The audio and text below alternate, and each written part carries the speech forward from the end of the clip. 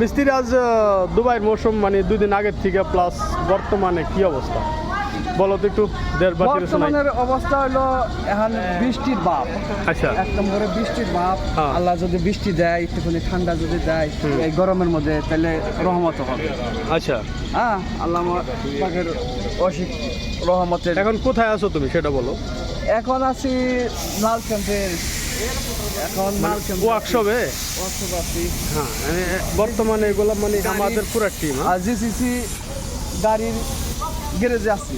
আচ্ছা আচ্ছা, তো দিনের পরিস্থিতি কেমন ছিল গরমটা?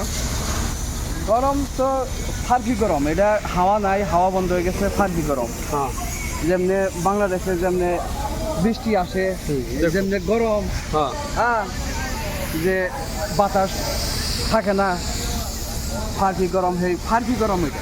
আচ্ছা, আজকে গরমের মানে তাপমাত্রাটা বেশি ছিল, প্লাস এখন বৃষ্টি হওয়ার সম্ভাবনা আছে আর কি দুবাই। হ্যাঁ হ্যাঁ, দুবাই বৃষ্টি হওয়ার সম্ভাবনা আছে। ওকে, সব বন্ধুরা বলে দাও। তো Hi, hello. বন্ধু একটু দোয়া করে করো, বৃষ্টি জানি যাতে আসে। ওকে।